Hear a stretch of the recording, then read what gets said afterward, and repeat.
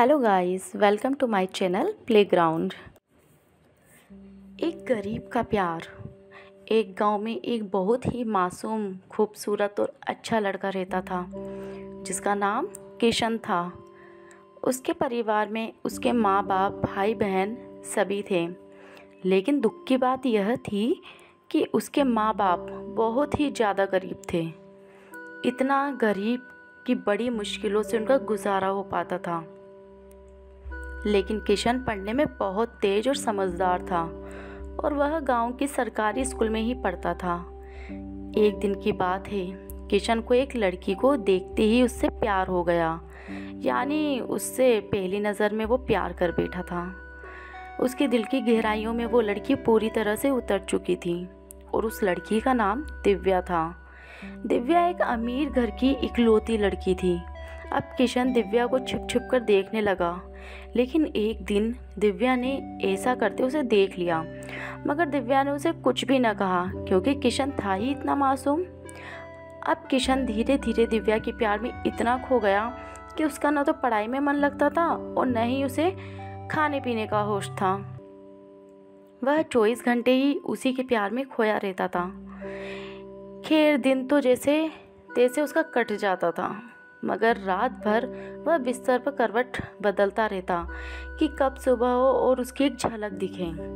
अगर एक दिन भी वह लड़की उसे नज़र नहीं आती तो वह अकेले में जाकर रोने लगता था।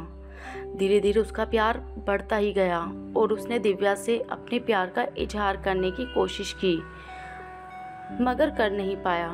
कई बार उसके नाम प्रेम पत्र लिखा, लेकिन वह उसे दे नहीं पाया क्योंकि उस लड़की के नज़दीक जाते ही उसका दिल ज़ोर ज़ोर से धड़कने लगता और वह घबराकर अपना इरादा बदल देता था।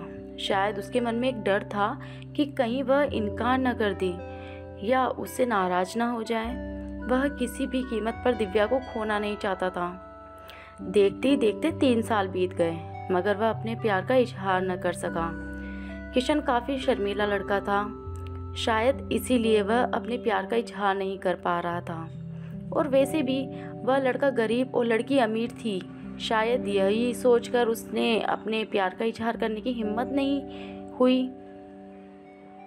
मगर उसका प्यार एकदम सच्चा और पवित्र था। उसने कभी भी उस लड़की के बारे में गलत नहीं सोचा था। एक दिन दिव्या ने उसे रास्ते में ही रोककर पूछा कि तुम्हारा नाम किशन है? उसने कहा हाँ। अच्छा, तो तुम हमेशा ही दूर से क्यों देखते रहते हो? क्या तुम मुझसे कुछ कहना चाहते हो? इस बात से किशन डर गया और बोलने में हड़बड़ाने लगा। तभी दिव्या बोली कि तुम बहुत मासूम और अच्छे भी हो। उस दिन शायद बात बन ही जाती, मगर किशन उससे बात करने में बहुत ही ज़्यादा शर्मा रहा था। तो दिव्या ने कहा कि क्या तुम मुझसे दोस्ती करोगे? यह कहकर दिव्या ने अपना हाथ आगे बढ़ा दिया तो जल्दी से किशन ने उसका हाथ अपने हाथ में लिया और कहा कि हाँ, मैं तुमसे दोस्ती करना चाहता हूँ। दिव्या के चेहरे से लग रहा था कि वो किशन से पूरी तरह इम्प्रेस हो चुकी थी। अब वो दोनों एक ही दोस्त की तरह मिलने लगे और दिव्या को भी शायद उससे प्यार हो चुका था और वो भी किशन से कुछ बोलने का इंतज़ार कर रही थी। किशन को भी ये पता लग चुका था कि दिव्या अब पूरी तरह से उसकी दीवानी हो चुकी थी। बस उसे प्रपोज करने की ही देरी थी। मतलब उन दोनों को ही एक दूसरे से बहुत प्यार हो चुका था। तभी एक दिन किशन के पिताजी बहुत बीमार हो गए और वो वैसे भी अब काफ़ी बुजुर्ग हो चुके थे, इसलिए उनसे काम की कोई उम्मीद नहीं थी। किशन के पिताजी की वजह से घर का सारा खर्चा चलता था। लेकिन अब क्या होगा?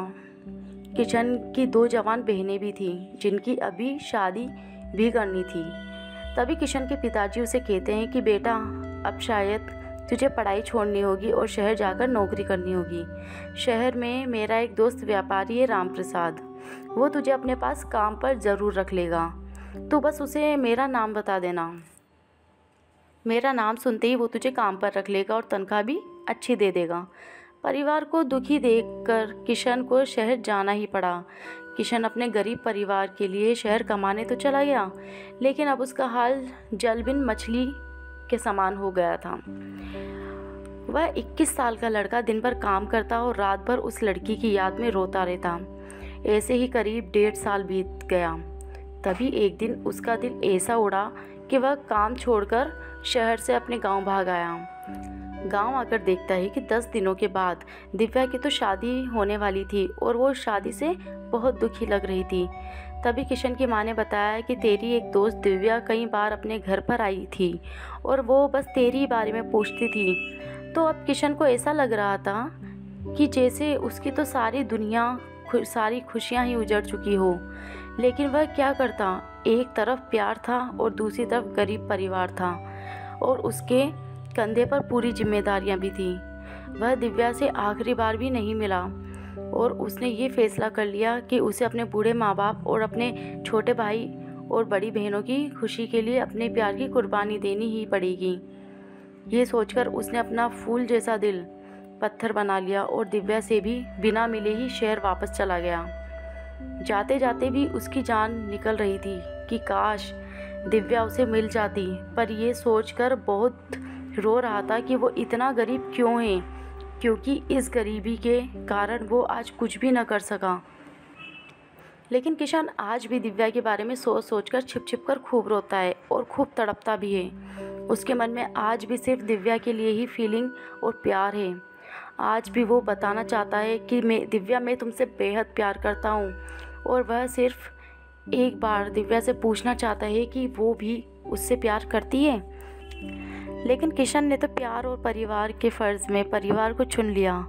तो दोस्तों, किशन ने परिवार के फ़र्ज़ को चुनकर सही किया, और क्या उसे इतने गरीब परिवार को मजबूरी में छोड़कर अपने प्यार को अपनाना चाहिए था?